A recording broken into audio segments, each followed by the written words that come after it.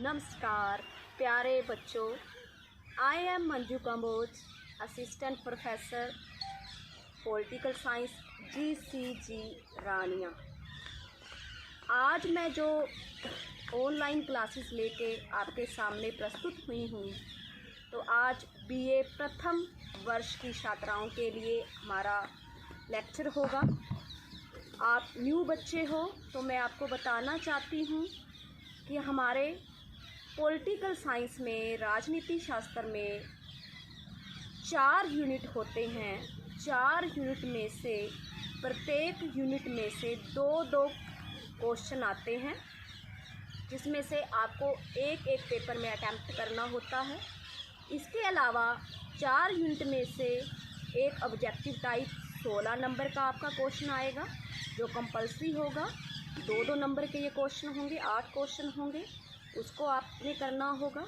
इसके साथ ही आपको मैं कुछ जनरल बातें बताना चाहती हूँ कि पूरे सिलेबस में से आपके 5-5 नंबर के 2 असाइनमेंट होंगे। इसके साथ ही एक क्लास टेस्ट होगा और 75% आपकी अटेंडेंस कंपलसरी रहेगी 5 नंबर के लिए। हमारा एक ग्रुप बन चुका है, उस ग्रुप में आपको वीडियो सेंड की जाएगी और वहाँ पर आप ऑनलाइन ग्रुप पर अपनी डेली की अटेंडेंस भी भेजोगे। आज का जो हमारा टॉपिक है, जो ऑनलाइन क्लास का BA फर्स्ट का, जिसमें मैं आपको बताऊंगी यूनिट 1, जिसमें हमारे 5 क्वेश्चन रहेंगे। भारतीय संविधान के स्रोत, भारतीय संविधान के मूल लक्षण। थर्ड टॉपिक है प्रस्तावना। उसके बाद नेक्स्ट मौलिक अधिकार एवं कर्तव्य है। राज्य के नीति निर्देशक सिद्धांत। आज का जो हमारा टॉपिक है, वो टॉपिक है भारतीय संविधान की विशेषताएं क्या हैं, इसका वर्णन कीजिए, जो कि हमारा 16 नंबर का ये क्वेश्चन पेपर में आता है। This is most important question, जिसमें फर्स्ट हम बात करेंगे भूमिका की। इसमें क्वेश्चन का जो आंसर होगा, उसका फर्स्ट पार्ट होगा भूमिका, इंट्रोडक्शन। इसमें हमने कम से कम पूरे 1 पेज की जो होती है इंट्रोडक्शन देनी होती है 16 नंबर के क्वेश्चन में। उसके बाद इसकी विशेषताएं होंगी, फिर उसका निष्कर्ष कंक्लूजन निकाला जाएगा। आज के टॉपिक में हम फर्स्ट बात करेंगे भूमिका। संविधान की भूमिका क्या होगी, संविधान की क्या विशेषता होगी। तो भूमिका में, इंट्रोडक्शन में हम पूरे क्वेश्चन आंसर का निचोड़ डालते हैं भूमिका में, जिससे हमें भूमिका से किसी भी एग्जामिनर को पेपर चेक करते वक्त यह पता चलता है कि बच्चे ने इंट्रोडक्शन में क्या लिखा है, कि क्या वो सही है या वो गलत है। उसी के आधार पर आगे वाला जो भी हमारा पोर्शन बनता है, आंसर बनता है, वो बनेगा। इसमें हम पहले डिस्कस करेंगे इंट्रोडक्शन की, कि किसी देश का संविधान उस देश की शासन व्यवस्था का आईना होता है। मीन्स कि हमारा भारतीय संविधान जो है, वो हमारे देश की शासन व्यवस्था कैसी है, एक आईने की तरह होता है। जिस प्रकार हम अपनी तस्वीर देखते हैं आईने में, आईना जितना साफ़ सुथरा होगा, उतनी ही हमारी सुंदर तस्वीर आएगी। उसी प्रकार से हम संविधान की बात करेंगे, जितना बढ़िया हमारा संविधान होगा, उतनी बढ़िया ही हमारे देश की शासन व्यवस्था होगी, जो जनहित के लिए कार्य करेगी। जनहित मीन्स कि लोगों की, जनता की भलाई के लिए काम करेगी। इसके साथ साथ किसी देश की आर्थिक व्यवस्था की हम बात करें, राजनीतिक व्यवस्था की बात करें, सामाजिक व्यवस्था की बात करें, धार्मिक सांस्कृतिक व्यवस्था की बात करें, तो उस देश की आर्थिक, राजनीतिक, सामाजिक और धार्मिक सांस्कृतिक व्यवस्था कैसी है, वो भी देश के संविधान पर डिपेंड करता है। देश के संविधान के ऊपर निर्भर करता है कि देश का संविधान कैसा है। अतः हम कह सकते हैं कि देश के संविधान की जो विशेषताएं हैं वो इसी पर आधारित होती हैं। जैसे भारत के संविधान की हम बात करें कि भारत का संविधान जो कब बना, उसका कब निर्माण हुआ, तो इसमें मैं आपको ये बताना चाहती हूँ कि भारत के संविधान का निर्माण जो है वो एक संविधान सभा के द्वारा किया गया था। संविधान सभा के द्वारा, जिसकी स्थापना सन 1946 में हुई और यह संविधान 26 नवंबर 1949 को पास कर दिया गया और 26 जनवरी 1950 को इसे क्या किया गया, लागू किया गया। एक तथ्य सर्वविदित है कि परिवर्तन जो होता है वो प्रकृति का अटल नियम है कि समाज के अंदर जो है समय और परिस्थितियाँ समय समय पर बदलती रहती हैं। सदैव समय और परिस्थितियों के अनुसार जो है हमारा संविधान भी हमें बदलना पड़ता है। समय और परिस्थितियों के अनुसार संविधान में परिवर्तन करना या संशोधन करना जो होता है वो ज़रूरी होता है। समय समय पर समय और परिस्थितियों के अनुसार संविधान को हम बदलते रहते हैं। संविधान में संशोधन की जो धाराएं हैं वो 3 धाराएं बताई गई हैं, जो हम आगे एक हमारा पूरा पॉइंट आएगा उसमें डिस्कस करेंगे कि ये कौन सी 3 धाराएं हैं जिसके द्वारा संविधान को बदला जाता है। अगर पूरे संविधान में संशोधन करना है तो आर्टिकल 368 के द्वारा जो है संविधान में क्या किया जाएगा, संशोधन किया जाएगा। अतः ऐसी स्थिति में मूल एवं विकसित हुए संविधान की अपनी कुछ अलग से विशेषताएं बन जाती हैं, जिनका वर्णन जो है हम इसमें विस्तार पूर्वक करेंगे। हमारा इसमें फर्स्ट जो विशेषता का पॉइंट आता है वो है एक लिखित तथा विस्तृत संविधान। लिखित मीन्स कि लिखा हुआ, इसको लिखने में कितना टाइम लगा।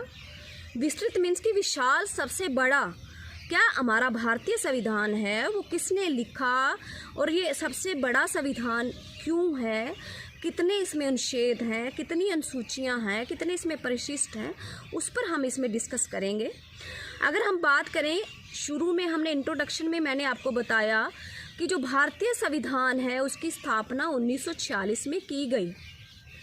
1946 में इसकी स्थापना हुई और भारतीय संविधान जो लिखा गया है वो संविधान निर्माताओं के द्वारा लिखा गया, संविधान सभा के द्वारा लिखा गया, संविधान सभा के द्वारा लिखा गया है। इसको संविधान निर्माताओं ने इसको लिखा।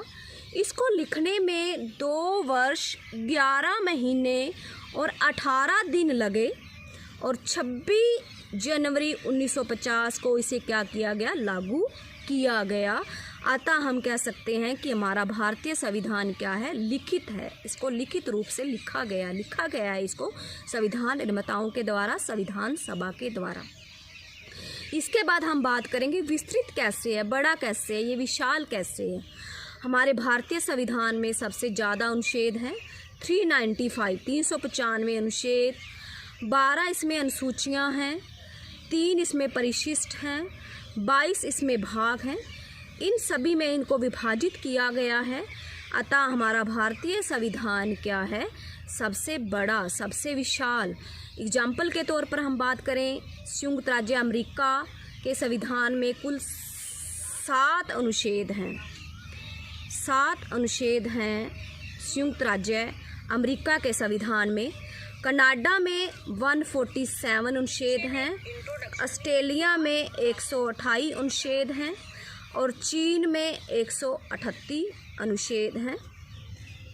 अलग अलग विचारकों के द्वारा जो है इसको डिफ़ाइन किया गया है। जैसे सर आइवर जेनिंग्स की बात करें तो वो कहते हैं कि भारतीय संविधान संसार में सबसे लंबा, सबसे विस्तृत संविधान है। यानी कि बाकी संविधान की अपेक्षा हमारे भारत के संविधान में सबसे ज़्यादा अनुच्छेद हैं, सबसे ज़्यादा अनुसूचियाँ हैं, सबसे ज़्यादा परिशिष्ट हैं, सबसे ज़्यादा जो है इसमें भाग हैं। बाकियों में केवल अनुच्छेद हैं जो मैंने आपको बताए हैं। इसके साथ ही डॉक्टर पायली की कोटेशन है, इसे हाथी काएँ संविधान की संज्ञा दी गई है। जैसे हाथी जो होता है उसकी काएँ बड़ी विशाल होती है, बहुत बड़ा हाथी होता है, उसकी काएँ विशाल है। उसी तरह से हमारा भारतीय संविधान भी क्या है, सबसे लंबा संविधान है। मुझे आशा है कि ये पॉइंट आपको समझ आया होगा। लिखित, लिखा हुआ, विस्तृत, विशाल, सबसे बड़ा संविधान भारत का। उसके बाद सेकंड पॉइंट आता है हमारा संपूर्ण प्रभुसत्ता संपन्न, समाजवादी, धर्मनिरपेक्ष, लोकतंत्रात्मक गणराज्य की स्थापना, जिसमें हम बात करेंगे संपूर्ण प्रभुसत्ता संपन्न कि भारत संपूर्ण मीन्स कि पूर्ण रूप से प्रभुसत्ता है हमारा भारत, पूर्ण रूप से प्रभुसत्ता संपन्न है। मीन्स कि आंतरिक रूप से भी और बाहरी रूप से भी पूर्ण रूप से ये क्या है, स्वतंत्र है, सर्वोच्च सत्ताधारी है, संपूर्ण प्रभुसत्ता है हमारे भारत के पास। जिसमें हम 2 पॉइंट डिस्कस करेंगे इसमें, संपूर्ण प्रभुसत्ता संपन्न, आंतरिक प्रभुसत्ता और बाहरी प्रभुसत्ता। आंतरिक प्रभुसत्ता, भारत राज्य में स्थित सभी समुदायों पर भारत राज्य का ही अधिकार होता है।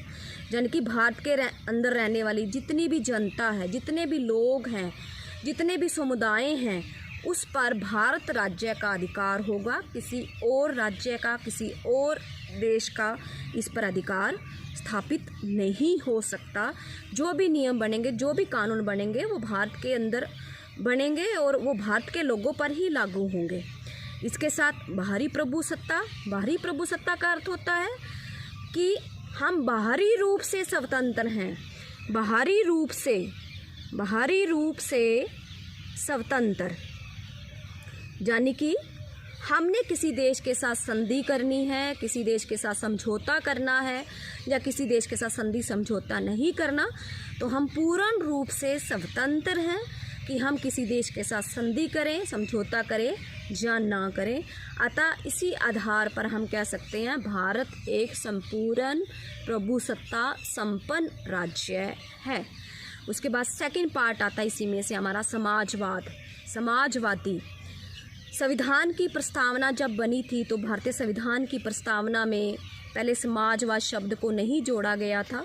उसके बाद 1976 में 42वें संशोधन के द्वारा समाजवादी शब्द को जोड़ा गया है। समाजवाद क्या है? समाजवाद मीन्स कि समाज के अंदर रहने वाले जितने भी लोग हैं वो समान हैं, लिंग, जाति, धर्म के आधार पर किसी के साथ भेदभाव नहीं किया जा सकता, सभी को आजीविका कमाने के समान अवसर उपलब्ध हैं, एक व्यक्ति का दूसरे व्यक्ति के द्वारा शोषण नहीं किया जा सकता, तो वो क्या कहलाता है? समाजवाद। मीन्स कि समाज में सभी लोग क्या हैं? बराबर हैं। उसके बाद हम बात करें धर्मनिरपेक्ष। धर्म मीन्स कि सभी को अपने अपने धर्म को मानने की स्वतंत्रता। ये भी शब्द जो था भारतीय संविधान की प्रस्तावना में 42वें संशोधन के द्वारा जोड़ा गया। धर्मनिरपेक्ष, कोई भी व्यक्ति किसी भी धर्म को मान सकता है, उसको त्याग सकता है, उसका प्रचार कर सकता है, उसका प्रसार कर सकता है। भारत एक धर्मनिरपेक्ष राज्य है। भारत किसी एक धर्म को विशेष महत्व नहीं देता, वो सभी धर्मों को समान महत्व देता है। अतः हमारे मौलिक अधिकारों में भाग 3 की बात करें, मौलिक अधिकारों की बात करें तो अनुच्छेद 25 से लेकर 28 तक जो है मौलिक अधिकारों में जो है, मौलिक अधिकारों में धर्मनिरपेक्ष शब्द की जो है बात की गई है कि भारत एक क्या है? धर्मनिरपेक्ष राज्य है। उसके बाद हम बात करते हैं लोकतंत्रात्मक। लोकतंत्र, लोगों का लोगों के द्वारा चुना हुआ शासन। लोक, जनता, तंत्र मीन्स की शासन, सरकार। लोग जो होते हैं वो शासन बनाते हैं, वो सरकार बनाते हैं, और ये जो सरकार बनाई जाती है प्रत्येक 5 वर्ष के लिए बनाई जाती है, और प्रत्येक 5 वर्ष के लिए प्रतिनिधि जो चुने जाते हैं वो 5 वर्ष के लिए चुने जाते हैं। वो कौन चुनेगा उनको? वयस्क मताधिकार के द्वारा। वयस्क मताधिकार क्या होता है? 18 वर्ष की आयु, जिनकी 18 वर्ष की आयु हो चुकी है, 18 वर्ष की आयु उनको जो है वयस्क मताधिकार का अधिकार है, और वो वयस्क मताधिकार के आधार पर प्रत्येक 5 वर्ष के लिए एक प्रतिनिधि का क्या करते हैं, चुनाव करते हैं, जिन्हें हम कहते हैं लोकतंत्र, डेमोक्रेसी।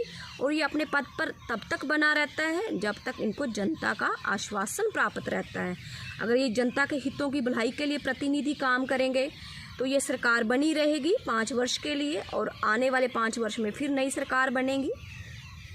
अगर कोई भी प्रतिनिधि या कोई भी दल जनता के हितों के अनुरूप काम करेगा तो वही दल दोबारा से शासन में आ सकता है, लेकिन उसको बनाता कौन है, जनता बनाती है। और वयस्क मताधिकार के आधार पर 18 वर्ष की आयु के जो व्यक्ति हो चुके होते हैं वो प्रतिनिधि का क्या करते हैं, 5 वर्ष के लिए चुनाव करते हैं। उसके बाद हम बात करेंगे गणराज्य। गणराज्य क्या होता है? गण मीन्स की राष्ट्रपति, अध्यक्ष, राष्ट्रपति। जो राष्ट्रपति बनाया जाता है, जो अध्यक्ष बनाया जाता है, वो 5 वर्ष के लिए बनाया जाता है। 5 वर्ष के लिए इसका चुनाव होता है एकल संक्रमणीय मत प्रणाली के द्वारा। एकल संक्रमणीय मत प्रणाली के द्वारा 5 वर्ष के लिए, 5 वर्ष के लिए, ये 5 वर्ष के लिए अपने पद पर बना रहता है। इसके द्वारा मैंने आपको बताया गणराज्य है। गणराज्य मीन्स कि राष्ट्रपति जो होता है, जो अध्यक्ष होता है हमारा, वो 5 वर्ष के लिए पद पर बना रहता है। अगर राष्ट्रपति की मृत्यु हो जाती है तो 6 मास के अंदर नए राष्ट्रपति के चुनाव करवाने क्या होते हैं, आवश्यक होते हैं। लेकिन जब राष्ट्रपति की मृत्यु हो गई तो उस समय 6 मास के बाद ही हमारे चुनाव होने हैं, तो उस समय उस पद को कौन संभालेगा? तो उस पद को संभालेगा उपराष्ट्रपति। अगर उपराष्ट्रपति नहीं है तो सर्वोच्च न्यायालय का जो मुख्य न्यायाधीश होता है, सर्वोच्च न्यायालय का मुख्य न्यायाधीश जो है पद संभालेगा। अगर उपराष्ट्रपति नहीं है तो, उपराष्ट्रपति नहीं है तो। मेरे को आशा है कि आपको ये टॉपिक समझ आएगा। मेरे थोड़ा, अगर आपको ये टॉपिक समझ ना आए तो मैं इसको थोड़ा बेटर वे में करने की कोशिश करूँगी। प्यारे बच्चों, इसको आप पढ़ने की भी कोशिश करना, सुनने की भी कोशिश करना, और एक प्रकार का ये नोट्स है हमारा, तो आप इसको अपनी कॉपी पे लिखकर एक नोट्स बना सकते हो। जो मैंने आज के जितने भी ये पॉइंट्स करवाए हैं आपको, तो इसको आप कॉपी पे लिख लेना, एक नोट्स बना लेना, और आगे वाले जो पॉइंट हैं वो मैं आपको कल की ऑनलाइन क्लासेस में जो है करवाऊंगी। Thank you.